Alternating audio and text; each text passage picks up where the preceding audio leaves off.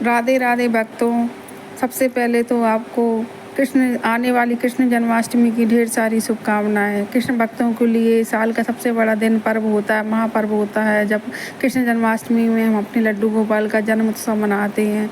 तो चलिए आइए जानते हैं कि हमें जन्माष्टमी के दिन, कृष्ण जन्माष्टमी के दिन किस प्रकार अपने लड्डू गोपाल की सेवा करनी है, किस प्रकार उनका जन्म उत्सव मनाना है। हर घरों में बड़े ही उल्लास के साथ यह जन्म उत्सव मनाया जाता है। जो लड्डू गोपाल की सेवा करते हैं उन्हें तो बहुत ही इंतज़ार रहता है इस दिन की सेवा करने का। तो चलिए बड़े ही सरल रूप में लड्डू गोपाल का जन्म उत्सव मनाते हैं।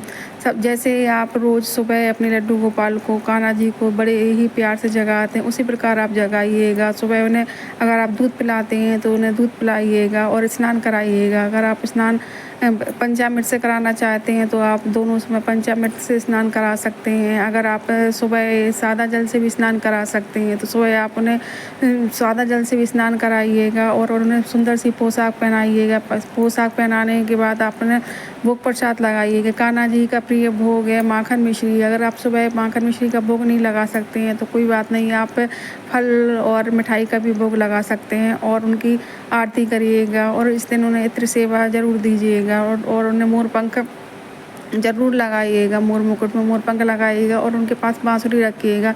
इस प्रकार आप सरल पूजा विधि नॉर्मल तरीके से जैसे आप रोज़ सुबह पूजा करते इस प्रकार आप पूजा करिएगा। और शाम के समय, संध्या आरती के समय आप शाम को 6 बजे भी भगवान की, लड्डू गोपाल की अपनी आरती कर सकते हैं। और जैसे आप रोज़ आरती करते उस प्रकार आरती करिएगा, भोग प्रसाद लगाइएगा। इसके बाद आप करीब 6:30-7 बजे अपने लड्डू गोपाल का अगर जन्म उत्सव मनाते हैं, कुछ घरों में रात के 12 बजे जन्म उत्सव मनाया जाता है, कुछ घरों में पंचामृत से स्नान कराया जाता है। अगर आप भगवान लड्डू गोपाल का जन्म उत्सव मनाते हैं तो आपको 6:30-7 बजे एक टोकरी लेकर उन्हें फूलों से सजाकर उन्हें लिटा दें और ऊपर से पीला वस्त्र या फिर लाल कपड़ा ढक दे। इसके बाद साथ में उनके साथ में खीरा डंठल वाला रख दे जिससे उनका जन्म उत्सव हो सके।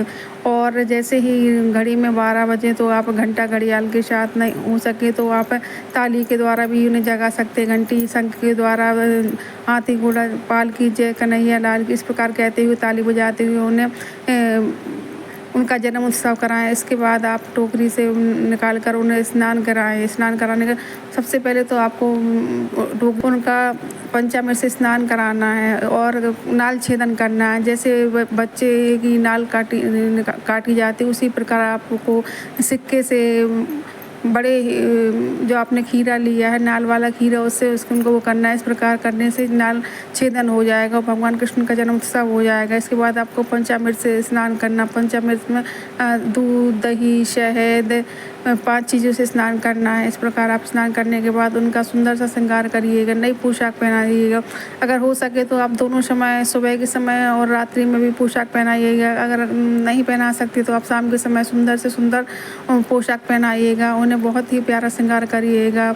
स्नान कराने के बाद उन्हें सुंदर सी पोशाक पहनाइएगा, तिलक लगाइएगा और इत्र सेवा दीजिएगा। इसके बाद उनका मनपसंद प्रिय भोग है धनिया पंजीरी का भोग लगाइएगा। माखन मिश्री का भोग अवश्य लगाइएगा। वैसे तो हमारे लड्डू गोपाल को 56 भोग अति प्रिय है। अगर आप 56 भोग नहीं लगा सकते तो आप अपनी आवश्यकता अनुसार भोग लगाइए। कम से कम 5 प्रकार की मिठाइयों का भोग लगाइएगा, 5 फल का भोग लगाइएगा। पूजा में, कृष्ण जन्मोत्सव पूजा में लड्डू गोपाल को केले का, खीरे का भोग अवश्य लगाइएगा। इस प्रकार आप चाहे तो बहुत सारी चीज़ें घर पे ही बना सकते हैं, पकवान बना सकते हैं। आप अपनी सुविधा के अनुसार भोग लगाइएगा, लेकिन आप अवश्य धनिया पंजीरी का भोग जरूर लगाइएगा। इस प्रकार भोग लगाने से हमारे लड्डू गोपाल बड़े ही खुश होते हैं। और उनका पोशाक पहनाने तैयार करने के बाद सबसे पहले आपको उनको शहद चटानी है। जैसे हम छोटे से बच्चे को जब पैदा होते हैं तो शहद चटाते हैं, इस प्रकार हमें लड्डू गोपाल को भी शहद चटानी है। इसके बाद हमें माखन मिश्री का जो अन्य आपने प्रसाद बनाया उनका भोग लगाना है। और अगर आप 56 भोग बना सकते हैं तो बहुत ही अच्छी बात, क्योंकि हमारे लड्डू गोपाल को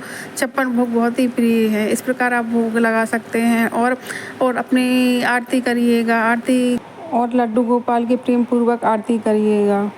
करने अपने जो गलती है, जो भूल चूक हुई उसकी क्षमा याचना करिएगा। इस प्रकार पूजा करने से और घर के सभी सदस्य भगवान लड्डू गोपाल की आरती करें और उन्हें झूला अवश्य झुलाएं, क्योंकि लड्डू गोपाल का झूला जन्माष्टमी के दिन अवश्य झुलाया जाता है। और घर के सभी सदस्य झूला झुलाएं। अगर चाहें तो आप कुछ घरों में आरती से पहले झुलाया जाता है और किसी के यहाँ बाद में झुलाया जाता है। चाहे आप पहले झुलाएं चाहे बाद में, लेकिन लड्डू गोपाल का झूला अवश्य झुलाइएगा, क्योंकि जन्म उत्सव के बाद लड्डू गोपाल का झूला झुलाया जाता है, तो आप पालने में उन्हें झूला झुलाइएगा। इस प्रकार वह पूजा करिएगा और घर के हर सदस्य आरती करिएगा। आप बड़े ही प्रेम पूर्वक आरती करिएगा। इस प्रकार करने से हम अपने लड्डू गोपाल का जन्म उत्सव मनाते हैं। कहीं कहीं निर्जल व्रत रखा जाता है जन्माष्टमी का, और कहीं प्रसाद ग्रहण किया जाता है। तो आपके यहाँ जैसी कुल परंपरा हो उस प्रकार आप व्रत रखिएगा। इस प्रकार व्रत रखने से हमारे लड्डू गोपाल बहुत ही प्रसन्न होते हैं। और कहीं कहीं चंद्रमा को अर्घ देकर व्रत खोला जाता है, तो आप 1 लोटा जल अवश्य रखिएगा। जैसे आपके यहाँ कृष्ण जन्माष्टमी मनती है और लड्डू गोपाल का जन्म 12 बजे हुआ, उसके बाद आप चंद्रमा को जल देकर अपना व्रत खोल सकते हैं। और हमसे जो भी गलती होती, भगवान लड्डू गोपाल तो प्रेम के भूखे, भाव के भूखे हैं हम, और उनका जन्म उत्सव है तो बड़ी ही हमें प्रेम से उल्लास से मनाना है। और घर में हर सदस्य को बड़ी ही खुशी के साथ मनाना है। और जब भी आप पूजा करें तो आपको मौन रह के पूजा नहीं करना है। हाथी घोड़ा पाल की जय कन्हैया लाल की, इस प्रकार जयकारे लगाते हुए करने हैं। और अंत में आप सभी लोग आरती करिएगा और तुलसी जी की पूजा अवश्य करिएगा। और भगवान श्री कृष्ण भगवान को तो तुलसी जी बहुत ही प्रिय हैं, तो आप हर भोग प्रसाद में तुलसी दल अवश्य डालिएगा। और लड्डू गोपाल को अपने जन्मदिन पर लड्डू गोपाल का जन्म उत्सव, जैसे हम बच्चे को भेंट देते हैं, गिफ्ट देते हैं, इस प्रकार हमें अपने लड्डू गोपाल को भी देना है और उनकी नज़र उतारनी है। क्योंकि जैसे बच्चे को नज़र लगती है वैसे हमारे लड्डू गोपाल को भी नज़र लगती है। तो आप मोरपंख से भी नज़र उतार सकते हैं, पैसों से उतार सकते हैं।